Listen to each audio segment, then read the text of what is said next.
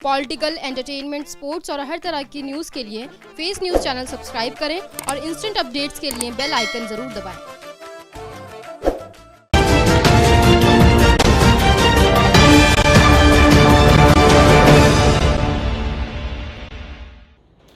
साथियों, जय हिंद। दिल्ली पुलिस के जो हमारे सिपाही, हवलदार, थानेदार, पिछले कोरोना काल में लगभग 30 पुलिस वालों की डेथ हुई और इस दौरान भी लगभग 25 के करीब पुलिस वाले हमारे कोरोना की भेंट चढ़ चुके हैं। परंतु जिस तरह से दिल्ली सरकार का जो रवैया दिल्ली पुलिस के प्रति है, बहुत असंवेदनशील है। हमारे सिपाही अमित राणा, जिनका मैं एग्जाम्पल दे रहा हूं आपको, लगभग 1 साल पहले उनकी मौत हुई थी और कोविड से हुई थी। उनके डॉक्यूमेंट्स हैं जिसमें क्लियर लिखा हुआ है कि उनकी डेथ कोविड के वजह से हुई थी। उनकी फाइल दिल्ली सरकार के पास साल भर से ऊपर लंबित है, कोई डिसीजन नहीं किया गया। इसी तरह जो और अधिकारी हैं, हमारे साथी हैं, जिनकी डेथ कोविड रिलेटेड है, जो 1 करोड़ रुपया कंपनसेशन उनको दिया जाना था, आज तक कोई पैसा दिल्ली सरकार ने नहीं दिया। हमें कोई एतराज नहीं। डॉक्टर अशरफ जैसे संपन्न डॉक्टर के घर जाकर आप उनको 1 करोड़ रुपया देकर आते हैं, उनके हालचाल पूछते हैं। क्या ये दिल्ली के और साथी क्या जाति आधार के नाम पर ही अपना पैसा कंपनसेशन ले पाएंगे आपसे? क्या आपके स्टैंडिंग कोर्ट ऑर्डर कहते हैं, आपने देखा है? पैरिटी नाम की कोई चीज़ है आपके यहाँ? या केवल वोटों के लिए आप राजनीति करते रहेंगे? थोड़ा शर्म करो, थोड़ा बहुत देखो। इतना ना गिराओ अपने आप को कि आने वाली पीढ़ियां आपको कोसें, हो सकता है आपकी औलादें आपको कोसें। आपका चरित्र और आपके कार्य करने की प्रणाली सबके सामने आ चुकी है, हर एक आदमी जानता है। परंतु जिस तरह से आपने लोगों को भ्रम में डाला है, बहुत लंबे टाइम तक नहीं चल पाएगा। काठ की हांडी बार बार नहीं चढ़ती। जिस दिन काठ की हांडी उतर गई, आप दोबारा नहीं आ पाओगे। जो आपके पोस्टर और टेलीविजन पर आ रहे हैं, शायद आप कभी जिंदगी में दिखाई भी ना दो दिल्ली के अंदर। आपको याद होगा, आसाम के अंदर गण संग्राम परिषद बनी थी और बिल्कुल यंग आदमी सीएम बने थे। आज उस पार्टी का नामो निशान नहीं है। वो भी कहते थे पूरे हिंदुस्तान पर राज करेंगे। बहुजन समाजवादी पार्टी, जिसकी मुखिया बहन मायावती, वो कहती थी मैं एक दिन प्रधानमंत्री की कुर्सी पर बैठूंगी। उनका सपना साकार नहीं हो पाया। मुलायम सिंह यादव, वो भी सपना देखते थे मैं डिफेंस मिनिस्टर बन गया हूं, बस बहुत थोड़ी दूरी पर हूं प्रधानमंत्री बनने से।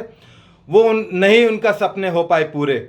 आप राष्ट्रपिता नहीं बन पाएंगे, मैं आपको बार बार कह रहा हूं। आप केवल एक छोटे से सूबे के एक सीएम हैं।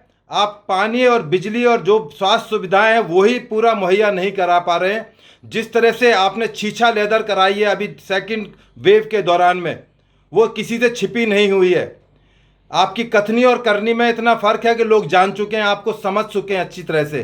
ठीक है, भोले भाले गरीब आदमियों को आप बिजली पानी के फ्री के नाम पर बहका सकते हो, पर हम लोग टैक्स पेयर भी इस दिल्ली के अंदर रहते हैं। मैं भी एक टैक्स पेयर हूं। जो आप ये खैरात नहीं बांट रहे कि 1-1 करोड़ रुपए बांट रहे हैं, ये हमारे पैसे में से दे रहे हैं। आपके बाप दादाओं की कमाई से आप नहीं पैसों को बांट रहे हैं। एक दिन आपको हिसाब किताब देना पड़ेगा इन तमाम चीज़ों का। अभी हम जल्दी ही हाई कोर्ट के अंदर एक पिटीशन फाइल कर रहे हैं। हमारे एसीपी आनंद प्रकाश, जो दिल्ली पुलिस से रिटायर्ड एसीपी हैं, वो इस पिटीशन को लड़ेंगे और आपको जवाब देना पड़ेगा अदालतों के अंदर कि पिक एंड चूज क्यों हो रही है, किस आधार पर हो रही है, आपने क्या एजेंडे से आप काम कर रहे हो। आपको बताना पड़ेगा अदालतों को, और नहीं बताओगे तो दिल्ली की जनता एक दिन आपसे पूछेगी। दिल्ली पुलिस का एक एक जवान, जो आपके साथ जो पीएसओ रहते हैं, वो आपसे पूछेंगे सर हमारे लिए आप क्या कर रहे हो, हम आपके लिए सुरक्षा देते हैं। याद रखना, जिस दिन ये सुरक्षा देने वाले आपके साथ नहीं होंगे, आपको घर में किस तरह से रह पाओगे आपको नहीं पता। आप सपने में नहीं सोच सकते। जो आपके कुकर्म सबके सामने आ रहे हैं, वो हम सब आपका काला चिट्ठा एक दिन खोलेंगे।